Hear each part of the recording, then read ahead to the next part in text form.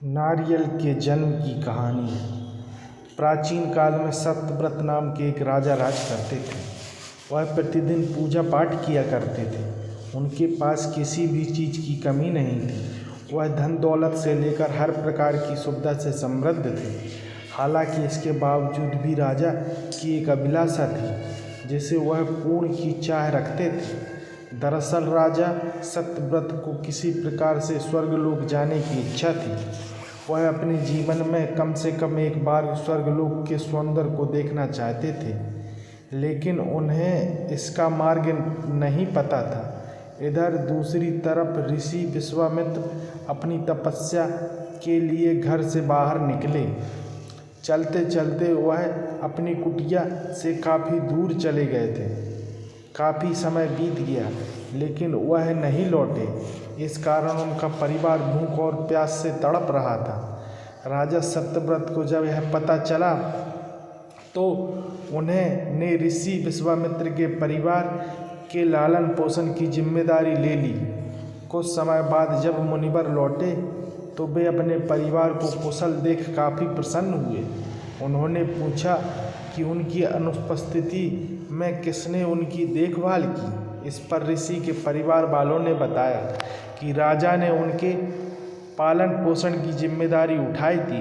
यह सुनकर ऋषि विश्वामित्र तुरंत राजमहल पहुँचे और राजा से मुलाकात की। वहाँ पहुंचकर उन्होंने सबसे पहले महाराज को धन्यवाद कहा। इस पर राजा ने ऋषि से अपनी इच्छा पूर्ण होने का आशीर्वाद मांगा। राजा की बात सुनकर ऋषि विश्वामित्र ने कहा, बोलिए महाराज, आपको क्या वरदान चाहिए। तब महाराज ने कहा, हे मुनि, मुझे एक बार स्वर्गलोक के दर्शन करने हैं। कृपया करके मुझे वहां जाने का वरदान दें। राजा की प्रार्थना सुनकर ऋषि विश्वामित्र ने एक ऐसा रास्ता बनाया जो स्वर्गलोक की ओर जाता था। यह देख राजा सत्यव्रत बहुत खुश हुए। वह तुरंत उस रास्ते पर चल पड़े और स्वर्गलोक पहुंच गए। यहाँ पहुंचते ही इंद्रदेव ने उन्हें नीचे धक्का दे दिया, जिसके कारण वो सीधे धरती पर जा गिरे। राजा ने सत्यव्रत ने तुरंत सारी घटना ऋषि विश्वामित्र को बताई। राजा की बात सुनकर ऋषि विश्वामित्र गुस्से से आग बबूला हो उठे। उन्होंने तुरंत सभी देवताओं से इस बारे में बात की और इस समस्या का हल निकाला। जिसके बाद राजा ने एक नया स्वर्गलोक बनाया। नए स्वर्गलोक को पृथ्वी और देवताओं के स्वर्गलोक के बीचों बीच स्थापित किया गया था ताकि किसी को परेशानी न हो। नए स्वर्गलोक से राजा सत्यव्रत तो बहुत खुश हुए, लेकिन विश्वामित्र की एक चिंता लगातार सता रही थी। उन्हें डर था कि नया स्वर्गलोक कहीं जोरदार हवा के कारण गिर न पड़े।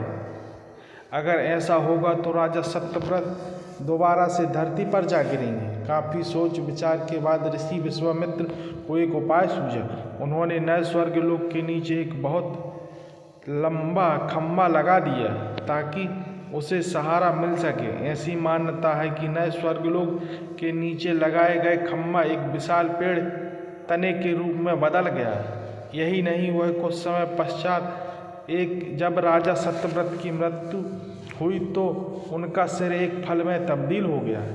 सभी ने इस खम्भे को नारियल का पेड़ कहा जाने लगा, जबकि राजा का सिर नारियल के रूप में जाना जाता है। यही कारण है कि नारियल का पेड़ इतना लंबा होता है।